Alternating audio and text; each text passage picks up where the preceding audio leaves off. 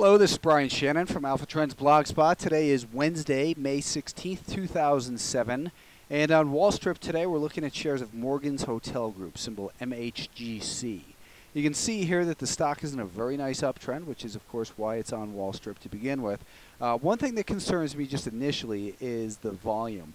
The average volume over the last 20 days has been just 350,000 shares.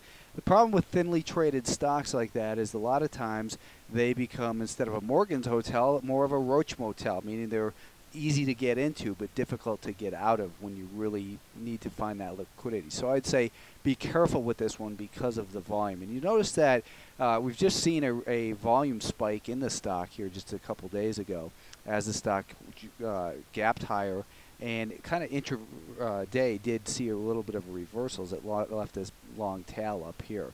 Now, a lot of times what happens is the biggest volume in a move tends to occur near a short-term turning point. So it looks as though this stock might have run a little bit ahead of itself for now, and I would say that you basically want to wait for a pullback to, before considering purchasing this stock. It was down today, so we saw a little bit of selling after that little intraday reversal. Doesn't look like it's done any damage at all to the uptrend. That's clearly still intact.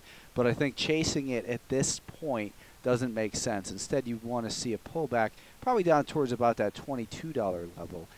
That way it might meet up with this rising 50-day moving average at that point.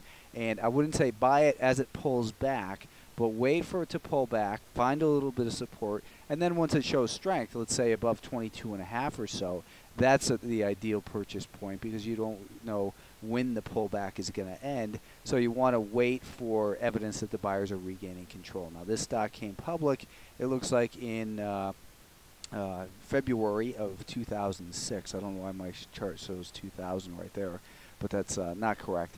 And it broke past that $20 level just a couple months ago, so back in March, and we've seen this very nice run from $20 to $26 a share. So again, I think the stock definitely is in a nice uptrend here. Looking at a short-term intraday time frame, you can see that big reversal, and if we put a VWAP on it, we could see that anyone basically who bought over the last 2 days from that gap is losing money as the stock traded at an average price over the last 2 days of about $25.14. So that might add to some further weakness in the short term. It sees it pull back down towards that 22 level, and at that area I might consider a purchase once it firms up and starts to show that the buyers retake control.